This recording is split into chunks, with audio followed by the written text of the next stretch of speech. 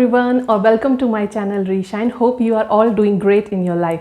आज के वीडियो में मैं आपके साथ मेरा किचन टूर शेयर करने वाली हूँ और ये है मेरा प्यारा सा छोटा सा किचन जिसे हमने कम्प्लीटली वाइट रखा है। हम 3 मंथ्स पहले से इसकी प्लानिंग कर रहे थे अपनी पुरानी किचन को रेनोवेट करने के लिए। अगर मुझे अपनी पुरानी किचन की फ़ोटो मिली तो मैं स्क्रीन पर लगा दूंगी, आप देख सकेंगे कि मेरी पुरानी किचन की हालत कैसी थी। और अब हमने जो सोचा था कि हमें वाइट कलर की किचन चाहिए, तो अब आपके सामने हमारी ये पूरी वाइट कलर की किचन। हमारी पुरानी किचन में जो भी सारे यूटेंसिल्स होते थे वो बाहर और ओपन रहते थे, जिन्हें मैनेज और क्लीन करना हमारे लिए बहुत डिफ़िकल्ट होता था, जिस वजह से हमने इस किचन को रेनोवेट करवाया है।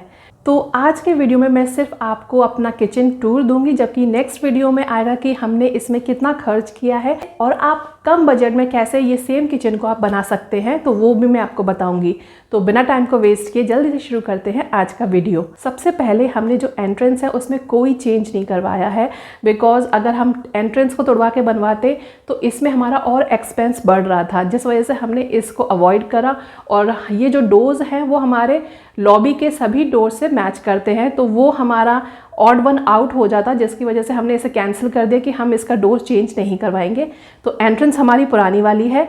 एंट्रेंस के बाद बारी आती है हमारे इस कॉर्नर की, जहाँ पर मैं खड़ी हूँ। पहले यहाँ पर फ्रिज हुआ करता था, जैसे इस तरीके से हम डोर ओपन करते थे यहाँ से, लेकिन अब फ्रिज को हमारे इस तरफ शिफ्ट कर दिया गया है ताकि हमें ये और स्पेस मिल सके खुली, और जिससे हमारी किचन और थोड़ी ज़्यादा बड़ी लगे। किचन का साइज़ है 8 बाई 13 की, और जो उसकी चौड़ाई है, फ्रिज की पोजीशन चेंज करने की वजह से अब हमारी किचन और ज़्यादा बड़ी लगने लगी है पहले से भी।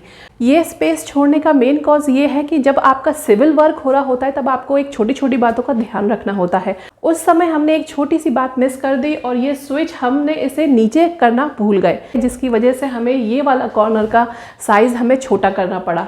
लेकिन इसको हमने एडजस्ट करने के लिए इसको हमने इस तरीके से लिफ्ट अप बना दिया है। इस स्विच की वजह से हमें इतनी स्पेस छोड़नी पड़ी, तो इसको हमने प्रॉपर यूज़ करने के लिए ये लिफ्ट अप बनवा दिया है। इस लिफ्ट अप में आप लिफ्ट अप एलिवेटर भी लगवा सकते थे, लेकिन हमें इतनी ज़्यादा ज़रूरत नहीं थी। हम ईजिली एक्सेस कर सकते हैं सभी चीज़ों के लिए, तो हमने इसे ऐसे ही रहने दिया है। यूज़ करने के लिए बहुत ही इजी और कन्वीनियंट है। फ्रिज के इस तरफ शिफ्ट होने से ये स्पेस बिल्कुल खाली लग रही थी, तो हमने कारपेंटर से बोलकर ये शेल्फ बनवा लिया है। अभी हमने रैंडम से कुछ शोपीस लगा दिए हैं, बाद में इसे अच्छे से ऑर्गेनाइज करेंगे। फ्रिज के पास ही ये दूसरा कैबिनेट है। इसके अंदर हमने रोज़ काम आने वाले कुछ स्पाइसेस जैसे कि चाय, चीनी, नमक, ये सब कंटेनर्स रखे हुए हैं। और कैबिनेट्स के जो शटर्स हैं वो एक्रेलिक के बने हैं, हाई ग्लॉस में है। इसे आप अगर क्लोजली देखेंगे तो इसमें आपको स्पार्कल से दिखाई देंगे। कैमरे में शायद आपको ठीक से ना दिखाई दें, लेकिन जब आप इन्हें सामने से देखेंगे तो इसमें बहुत ही ब्यूटीफुल शाइन दिखती है और छोटे छोटे झिलमिलाते हुए सितारे से दिखते हैं। हैंडल्स की जगह पर हमने ये ब्लैक कलर के जी प्रोफाइल्स लगवाए हैं। पहले हमने सोचा था कि गोल्डन कलर के ये प्रोफाइल्स लगवाएंगे, पर उन्होंने जो कलर शेड्स हमें दिखाए वो हमें पसंद नहीं आए थे, तो लास्ट में हमें अपना गोल्ड का ऑप्शन ड्रॉप करके ये ब्लैक प्रोफाइल चूज़ करना पड़ा। ये शटर्स हमारे नासिक से बनकर आए थे, क्योंकि एक्रेलिक शटर का काम हर कोई कारपेंटर नहीं कर सकता, क्योंकि एक्रेलिक शीट को एक स्पेसिफिक हीट और टेम्परेचर पर ही चिपकाते हैं, जो कि एक फैक्ट्री मेड होते हैं। हमारे जो ये शटर्स बनकर आए थे ये फैक्ट्री मेड हैं, तो ये नासिक से बनकर आए थे, जिसकी वजह से हमारी कॉस्टिंग बहुत ज़्यादा बढ़ गई थी। इसके जो एज बेंड्स हैं वो ग्लास के बने हैं, जो इसे और भी ज़्यादा प्रीमियम लुक देते हैं। विंडोज़ पर हमने ब्लैक ग्रेनाइट की फ्रेमिंग करवाई है, जो हमारी किचन की black and white colour theme के साथ परफेक्टली मैच करती है। काउंटर टॉप पर हमने नैनो वाइट लगवाया है। हमने पहले से ही किचन का काउंटर टॉप को वाइट ही सोचा था, इसलिए हमने नैनो वाइट G7 लगवाया है। इसे हमने डायरेक्टली प्लेस नहीं किया है, इसके नीचे पहले एक नॉर्मल मार्बल की स्लैब डाली गई है, देन उसके ऊपर ये नैनो वाइट प्लेस किया गया है। नीचे का जो काकस बना है वो भी मार्बल का बना हुआ है, जिससे कि टर्माइट की प्रॉब्लम हमें फ्यूचर में कभी नहीं होगी। इसके बैक स्प्लैश पर हमने 2x4 की टाइल्स लगवाई है। सेम टाइल्स हमारे फ्लोर पर भी लगी हुई है।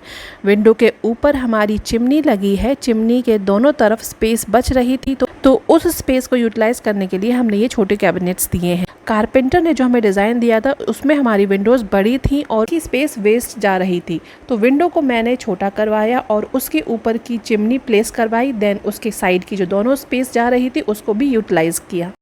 अब इसमें मैंने अपने ड्राई फ्रूट्स के पैकेट्स रखे हुए हैं और सेम ऐसे ही कुछ सामान दूसरे ड्रॉर में रखा हुआ है। चिमनी जो है वो ग्लेन की है, 1200 सक्शन पावर की है। हमें इतनी ज़्यादा रिसर्च करने की कोई ज़रूरत नहीं थी क्योंकि हम इतनी हार्डकोर कुकिंग नहीं करते हैं जिसमें हमें ज़्यादा ऑयल और फ्राइंग की ज़रूरत पड़े। बेसिक सी कुकिंग होती है। और इसका जो डक्ट पाइप आप देख सकते हैं, इसका आउटपुट बाहर की तरफ ही है यहीं से, तो हमें इतनी ज़्यादा सक्शन पावर की रिक्वायरमेंट नहीं थी। तो बेसिक सी चिमनी है, इसका लिंक मैं डिस्क्रिप्शन बॉक्स में डाल दूंगी। इसका नंबर, मॉडल नंबर मुझे अभी याद नहीं है। और ये मोशन सेंसर वाली है, इस तरह की लाइट भी जलती है तो ईजी रहता है कुकिंग करने में। ये हमारा कुकटॉप है, ये प्रेस्टीज का, ये पुराना ही कुकटॉप है, नया हमने नहीं लिया। हमारे जो कॉन्ट्रैक्टर थे वो हॉब लगवाने की कह रहे थे, लेकिन हमें हॉब की ज़रूरत नहीं थी।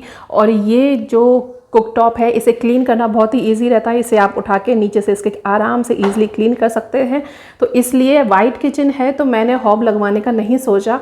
और हम लोग सिर्फ 3 मेंबर्स हैं घर में, तो हमारे लिए बिल्कुल परफेक्ट है। पुरानी खिड़की का साइज़ 4x4 का था, उसको छोटा करवा के हमने 2x4 का करवाया है, जिससे कि हमारी चिमनी और इसके बीच की दूरी कम हो जाएगी। इसमें हमने स्टील की एक ग्रिल लगवाई है और UPVC की विंडो है स्लाइडिंग वाली। इस तरीके से कुकिंग करते समय बहुत गर्मी हो जाती है तो वेंटिलेशन का बहुत अच्छा काम रहता है, इसलिए इसे ओपन कर देते हैं तो गर्मी बहुत कम लगती है। दिन में यहाँ से लाइट, अच्छी प्रॉपर लाइट आती है। एक विंडो मेरी इस तरफ भी है और आपको बाहर का दिखा देती हूँ। ये मेरा बाहर का ये गार्डन भी दिख रहा है। शाम हो चुकी है, अंधेरा होने वाला है। तो ये 2 विंडो हैं। ये पुरानी विंडो जो साइज़ था ये भी छोटा करवाया है। कॉर्नर में ये क्रॉकरी और सम ग्लासेस रखे हुए हैं। देन दिस साइड हमने RO रखा है और उसके ऊपर गीज़र लगवाया है। गीज़र को हमने ओपन ही रखा है। RO के कैबिनेट में काफ़ी जगह थी तो इसमें हमने अपने ये सोप बाज और स्क्रबर्स रख दिए हैं। नीचे के कैबिनेट्स की बात करें तो सबसे पहले कॉर्नर पे बनवाया है हमने ये बॉटल पुल आउट। ये टेलीस्कोपिक चैनल पे बना हुआ है, ये स्टेनलेस स्टील का है। इसमें सारे हमारे ऑयल के बॉटल्स रखी हुई हैं। ये घी के डब्बे रखे हुए हैं जिससे कि ये ग्रीस लग जाए इस पर या चिकनाहट लग जाए तो इसे क्लीनिंग करने में ईजी रहेगा, इसलिए हमने इसे स्टील का ही लगवाया है। स्टेनलेस स्टील पर है तो ये थोड़ा स्मूथ कम चलता है। इसे देखेंगे तो यहाँ पे अटक जाता है, इसको थोड़ा सा पुश करना पड़ता है। नीचे के ड्रॉर्स टैंडम के बने हैं जिसे इनोटेक भी कहते हैं। अभी ट्रेंड में इनोटेक ही चल रहे हैं, स्टेनलेस स्टील का ट्रेंड आउट हो गया है। ये टैंडम बॉक्सेस बहुत ही स्लीक लुक देते हैं और इनके चैनल भी बहुत स्मूथ चलते हैं। हमारे नीचे के सभी ड्रॉर्स इनोटेक के ही हैं। इसके नीचे वाले ड्रॉर्स में हमारे सारे स्पाइसेस के पैकेट रखे हुए हैं और सबसे लास्ट वाले ड्रॉर में रखे हैं कुछ बड़े वाले बर्तन हमारे।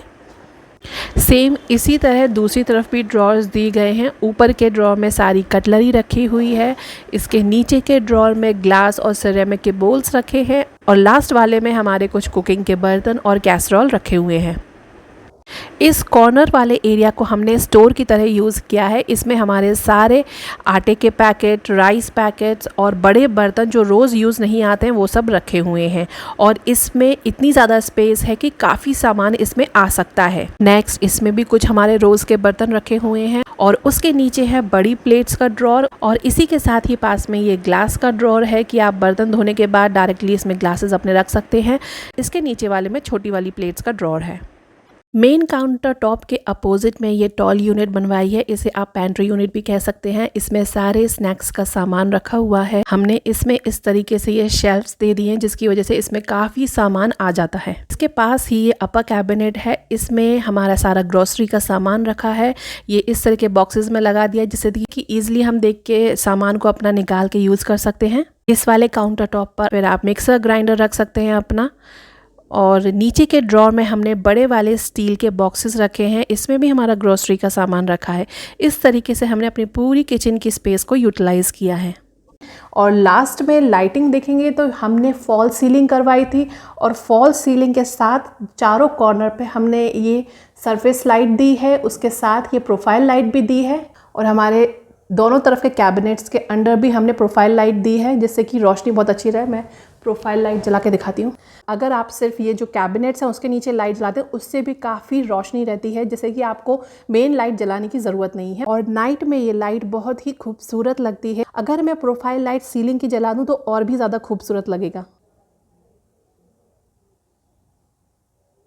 ये सब लाइट का स्विच अलग अलग से है, तो अगर आपको सिर्फ एक लाइट जलानी है, प्रोफाइल लाइट नहीं जलानी, तो आप इन्हें बंद कर सकते हैं।